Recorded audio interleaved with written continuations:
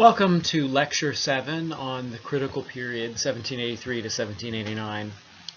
And you might have guessed from the title of the lecture that we're looking at a period of U.S. history where there's a great deal of conflict and uncertainty about the future of the nation. It's one thing to win the revolution, to actually win your independence, but it's another thing entirely to create a nation around that independence.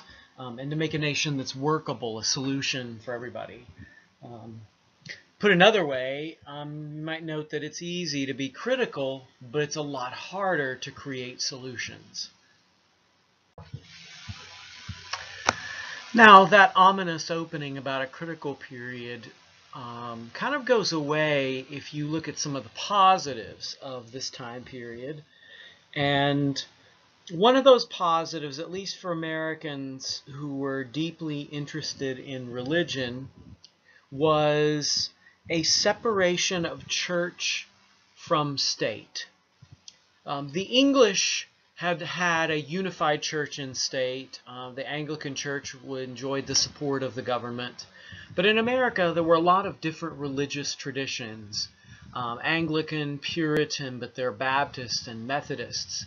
And a lot of Americans felt as though there was no need for the state governments of the new country to have any support for churches. No tax money, nothing that would indicate that the government favored a religious group over another.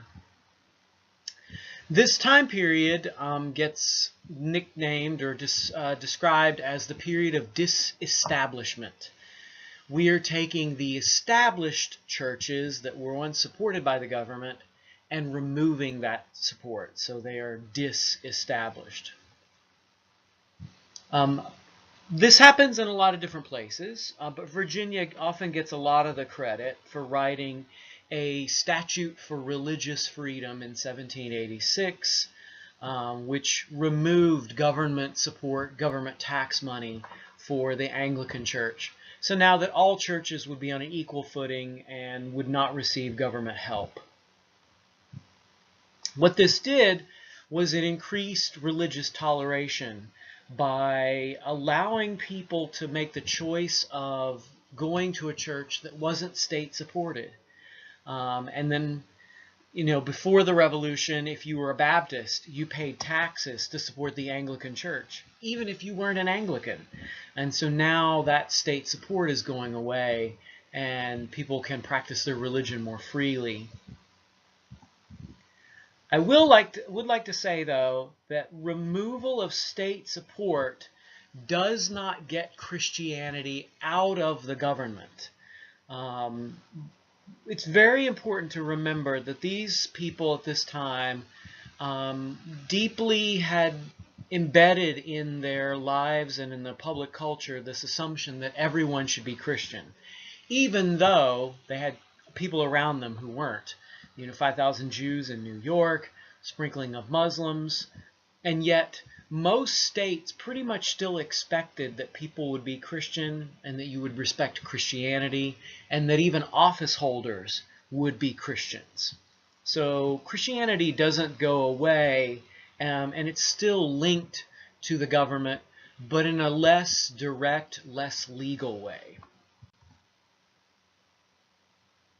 Another positive development would have been emancipation of the enslaved. About 15% of the nation was in slavery in 1790.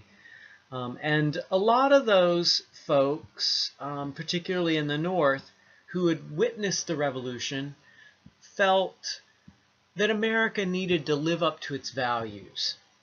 Values of, we say we believe in liberty and freedom, we should make that true. So the North, in particular, is going to become increasingly abolitionist.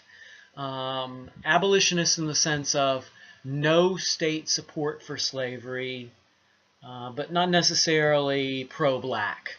I guess might be another way to phrase that. They wanted to get rid of slavery, but they didn't really have this idea that African Americans would be welcome in their neighborhoods either.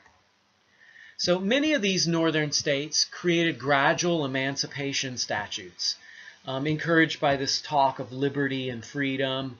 They believed that that should be extended to all people, including the 5,000 patriots who did fight for the United States during the Revolution.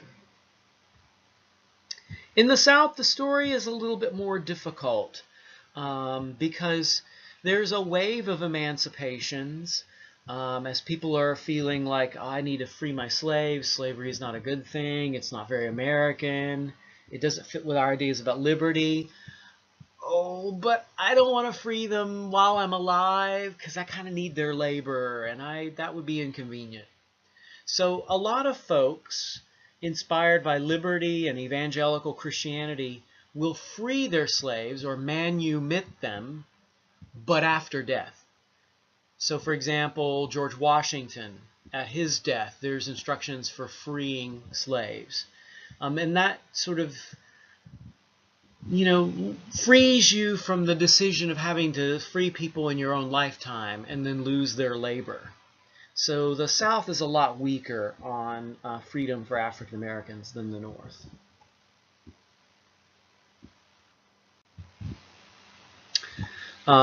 Here's a map showing the trends for manumission and anti-slavery. You can see the North enacts gradual abolition in New York and Pennsylvania. Basically, New Hampshire and Maine, Vermont, Massachusetts, and Rhode Island all just eliminate slavery altogether, sometimes as early as 1777. As we're going to talk about in a few minutes, the new territories in the North, Ohio and Indiana, will ban slavery right from the beginning. But in the South here, still slavery, and the only slaves that get freed are, people die and they free their slaves upon their death. Or sometimes you will see freeing of slaves who fought for the United States during the Revolution. Here's a picture, a silver picture of the New York Manumission Society from 1800. It's a society that was founded by Alexander Hamilton, who actually still owned a slave, John Jay, and other New Yorkers to encourage the gradual elimination of slavery. And it shows a slave getting the light of liberty reflected from the sun of freedom. And you can see here some emblems like the freedom cap. It looks kind of like just a toboggan, but that is a liberty cap or a freedom cap. That's a sign of having gotten one's freedom. And back here, someone's reading, so the association of freedom with intellectual progress and improving oneself. Already starting to show here. What about women? Well, the revolution itself gives women a political role, but only as consumers and only while their men are fighting and not at home. After the war is over, there's an expansion of women's political roles, but once again in a very limited way. That expansion is called Republican motherhood.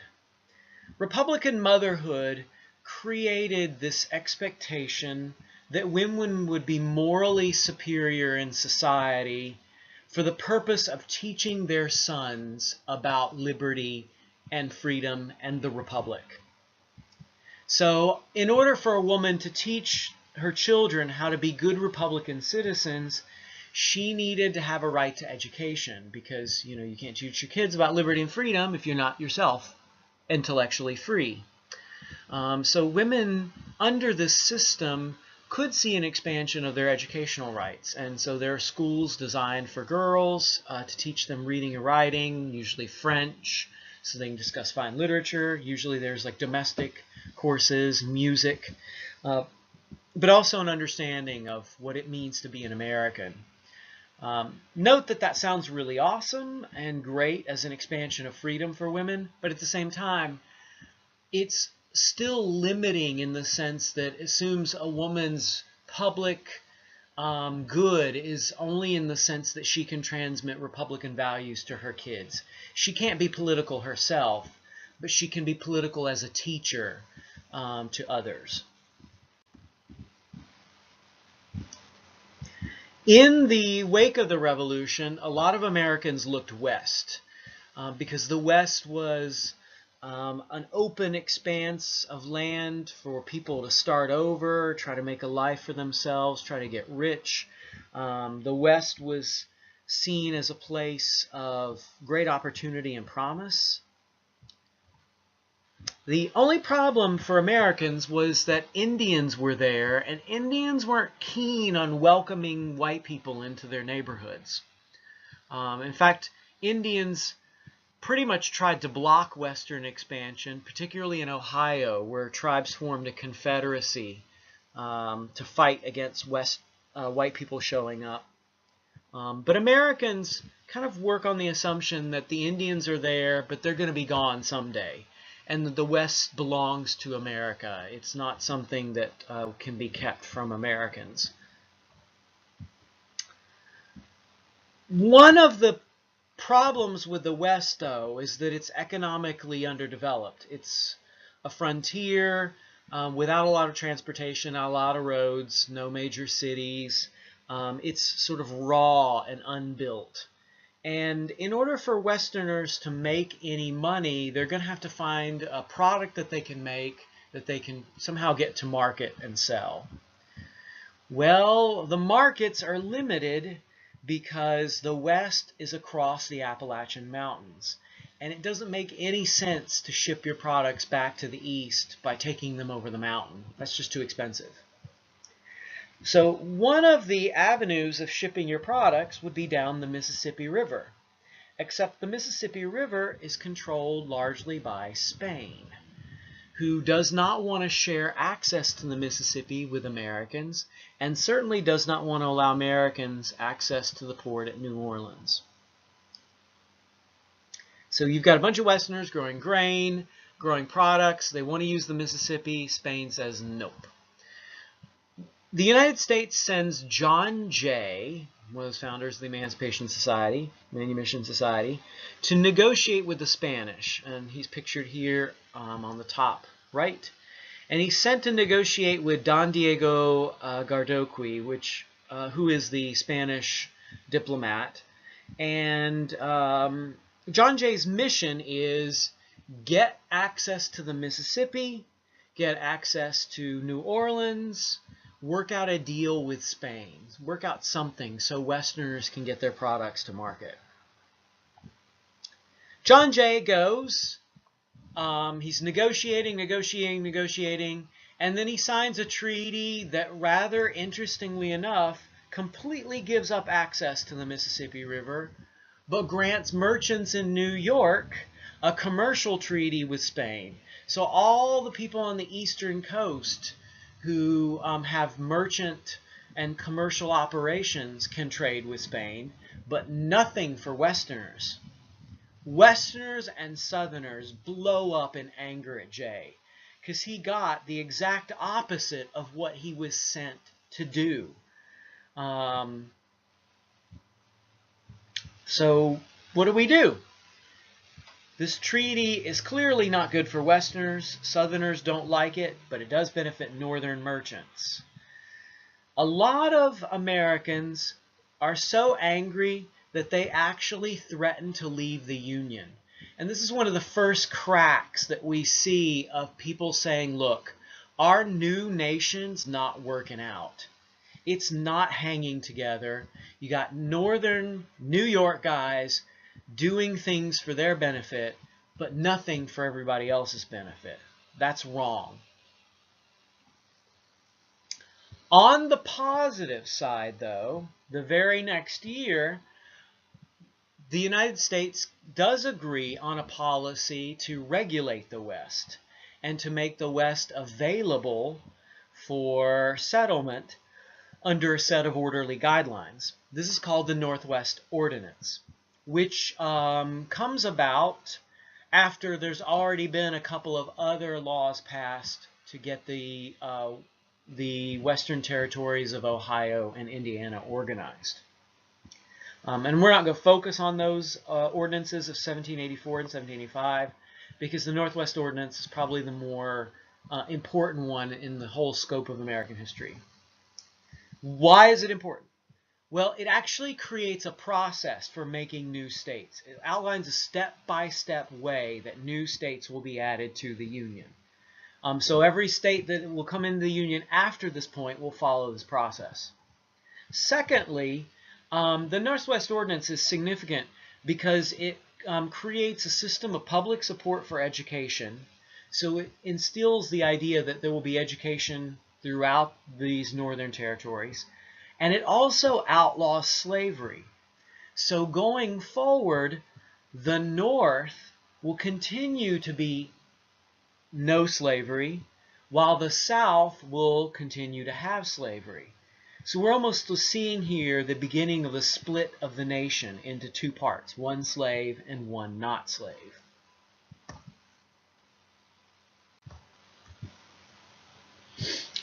Here is a map of the West, just showing where everything's located. Ohio Indians here block access to the West in the early 1780s, 1790s, and they're successful until about 1794 when they finally get defeated. This whole area will become organized under the Northwest Ordinance to be no slavery, strong support for public education, while this area will continue just to be pro-slavery. The problem for a lot of Americans, though, is what to do about all these Indians, because there are all these people here who say, hello, we live here. We don't want white people in our neighborhoods. And that's going to become a growing controversy that won't get resolved until the 1830s. So keep in mind, we're going to see a solution to this issue for white expansion, but later. In organizing the West, Thomas Jefferson proposed a series of really kind of funky names for places that would eventually become states. Thanks, Tom. If he'd had his way, we could live in the state of Washington. Okay, not too bad. But what about if you lived just north of that in Metropotamia, or Chersonesus, Michigiana, Asinipsipia? That's a mouthful. Illinois. Well, at least we kept the Illinois part. Polypotamia, otherwise known as Many Rivers. Pellissipia. Saratoga. Sylvania. Wow, Tom. Glad his ideas didn't work out. Not too many people lived in these areas, even by 1790. The bulk of people lived along the Ohio River in what is today southern Ohio, northern Kentucky, and Tennessee. So most of the West is really not even settled. America claims it, but there are hardly any white people here at all.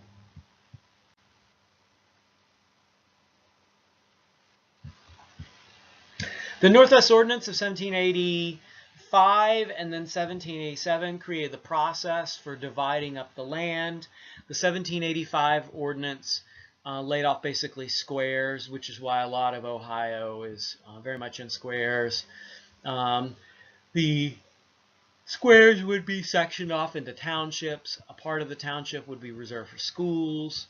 And then the whole area would be organized at some point for new states as soon as that area achieved enough people to be called a state.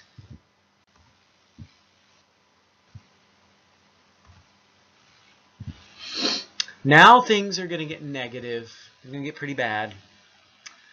And one of the negatives is Shays' Rebellion, which occurs in western Massachusetts.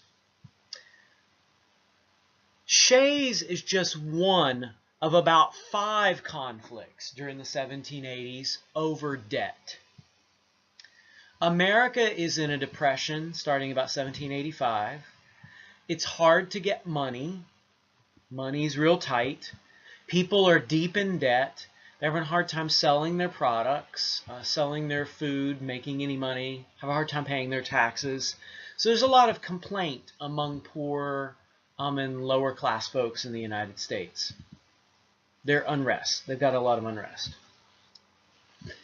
To help many of these poor people, a lot of states in the 1780s actually printed paper money, which sounds like a really good idea until you realize that paper money lowers the value of money, so it actually causes inflation. But at least the poor now have access to money now that there's paper money out there floating. A lot of people don't trust this paper money. They think its value is not really worth all that much. A lot of merchants don't want to accept it. But states are really under a lot of pressure to help the lowest social and economic classes in their states. The economic depression of 85 to 89 makes all this worse because people get into debt and then they can't get out of debt. So what does the state do? Well, it comes and says, you haven't paid your taxes and we're not going to take your farm. The Articles of Confederation gave no power to the national government to do anything about this. The U.S.'s national government had no power to regulate commerce, no power to stabilize the economy, no way to help any of these poor people suffering under these twin problems.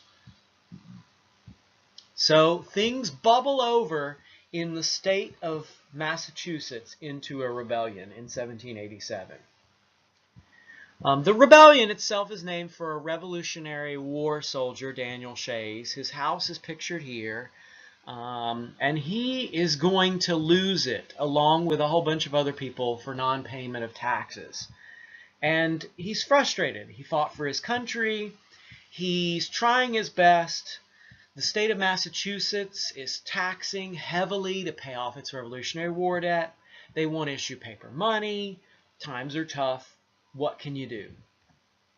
Well, if you don't like tax increases and the loss of your property, you can just rebel. And that's what Shays and a whole bunch of other folks do. It's not just Shays, not really the ringleader of all this. There are lots of folks involved. They decide that they will close the courts and no one will be taken to court to pay their taxes. They decide that they will organize, and eventually that grows into an open rebellion against the state of Massachusetts. They're actually fighting the government of Massachusetts. This frightens the heck out of wealthy Americans who start asking themselves, if Massachusetts can break out in a rebellion, what if rebellions break out in every state? And in fact, we know there are civil conflicts in several states. South Carolina has them. There are fights over these issues in Rhode Island and Maine, all these places. Or Maine is actually part of Massachusetts at this time, but it's another story. So what if America is falling apart and the whole nation is just going to break down in a series of rebellions? What good is American independence then? So a lot of these rich, wealthy folks call for a stronger central government to try to save the nation, to try to keep America from descending into anarchy and chaos. Here's a picture of some paper money on the left-hand side, just showing what was circulating in the different states. Every state had its own paper currency. So here's Rhode Island and North Carolina. And because every state had its own currency, it was basically a free-for-all monetary-wise. You could get paid in like Virginia currency or North Carolina currency or Rhode Island currency. And $1 in North Carolina money might not actually be worth $1 in Rhode Island money. People trusted these currencies at different values. Here's a cartoon showing Daniel Shays and one of his supporters, Jacob Shattuck. This is a pretty negative cartoon. It shows them with swords, so they're threatening figures here. The idea is that they have a cannon in the back, and that they are dangerous. Look at that face. That's a dangerous face. They are dangerous to good government. In 1793, we actually have a ballad of Daniel Shays, which is not a particularly interesting song to sing, but it goes like this. My name was Shays, and in former days in Pelham I did dwell, sir. But, oh, sorry, that's wrong note. But now I'm forced to leave that place because I did rebel, sir. I forget, this is an A minor. If you look at the rest of the lyrics, within the state I lived of late by Satan's foul invention. What's the point of view here? Is this a pro-Shays, anti-Shays?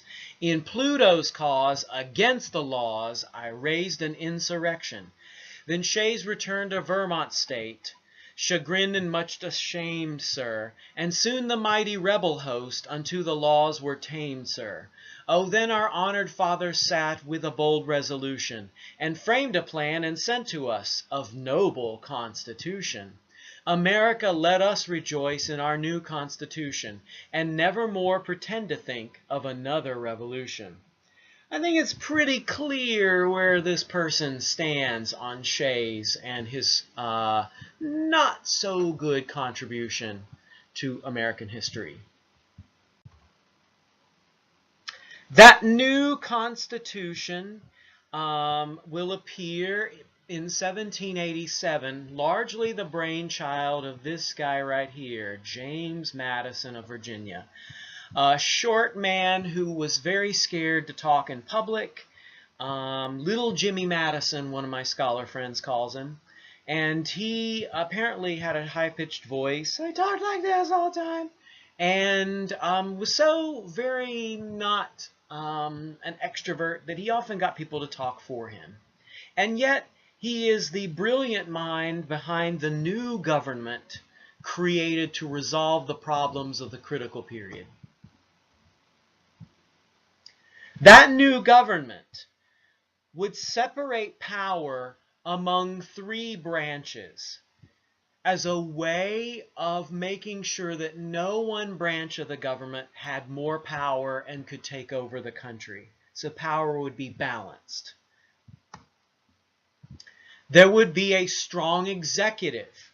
I know, woo, no, because that's, fear of British tyranny.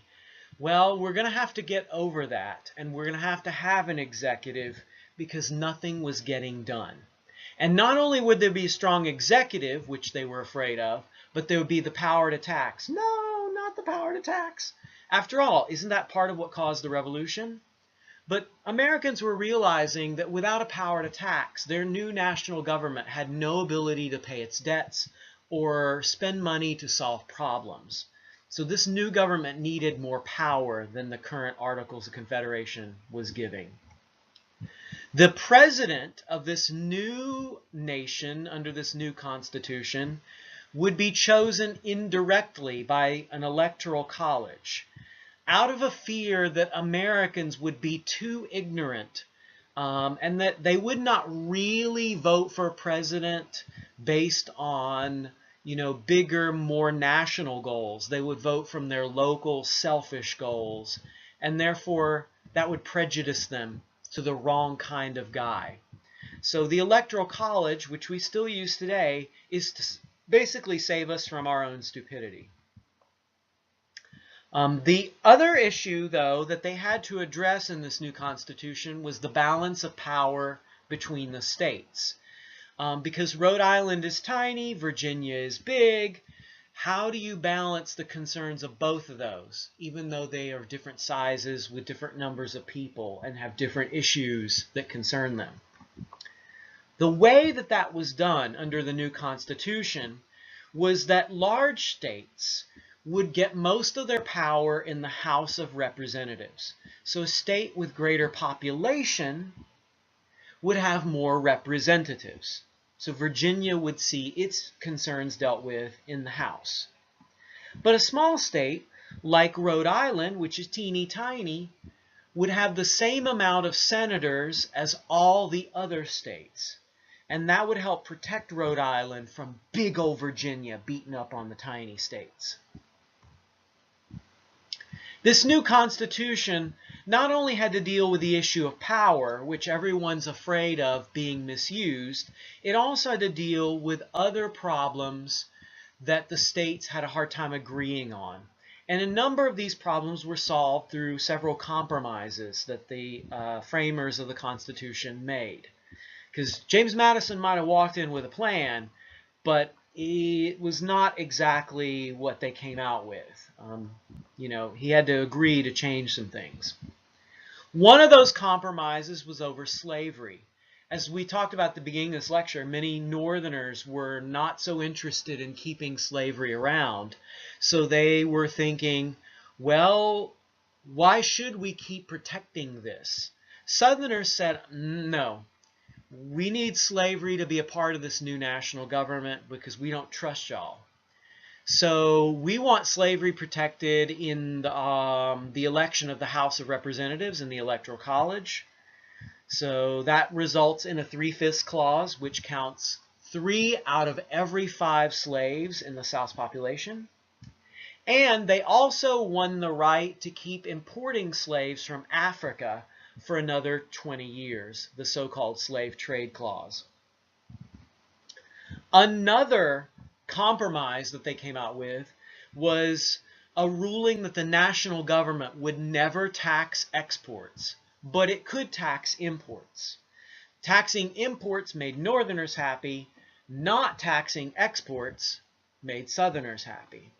So this new national government, even though it's going to be stronger and more powerful than the AOC, still relies on a series of compromises between the North and the South to make it work and to get everybody on board with the new plan. Even with all these compromises, people weren't willing to embrace this new government without a lot of questioning. Quickly, a group of people formed called Federalists, who argued that the new government was wonderful, it would solve all their problems, it would be great, it would make the United States successful and workable. Whereas the AOC, they said, was terrible. It was a giant pile of crap. So these Federalists worked to really convince everyone else in America that the new national government would be great and they should support it. So they take their case to the public in a series of 85 essays known as the Federalist Papers, written by John Jay, remember him? Jay-Gardoqui. James Madison, remember him? Father of the Constitution. And Alexander Hamilton, who actually wrote the bulk of the essays in the Federalist.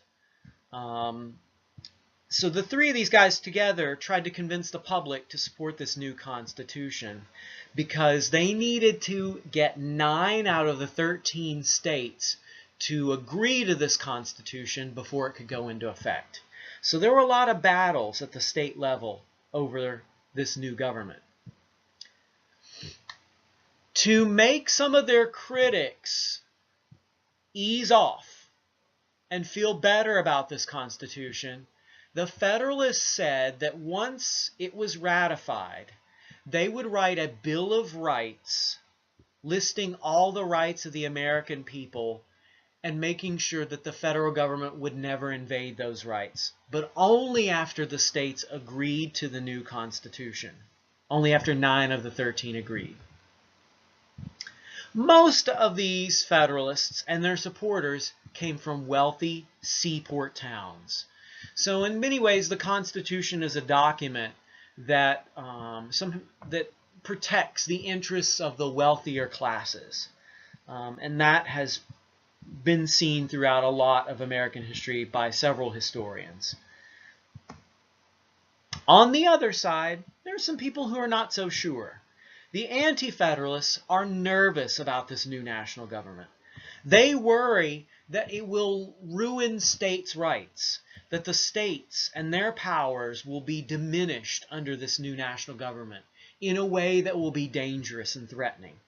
In their minds, they're fearing the model of British tyranny. They don't want that. They want that freedom for state power that they'd fought so much for during the Revolution. They wanted a Bill of Rights. They were afraid that the new federal government would invade your rights and my rights as citizens, so they wanted protection there. And then finally, we see their supporters typically coming from less wealthy areas and typically from the interior. Ordinary farm folks, a lot of those folks tended to be anti-federalists, so they're not as well off as the Federalists are. Here's just a chart comparing the Articles of Confederation and the Constitution. You might find this useful in studying just the differences between the two governments, particularly because you'll have to do this again next year in government. AP Government in particular, you'll have to know all of this again. We do have a map of who supported ratification of the Constitution, who voted for it, who voted against it. And you can see, look, coastal areas, Federalist, Federalist, Federalist, Federalist, Federalist, all these coastal areas. A lot of interior areas are anti-Federalist, except for these people right here who were afraid of Indian attack. So many of them voted Federalist because they thought a big national government would save them from Indians. But then again, not these people. Anti-Federalist. And that is it for this lecture.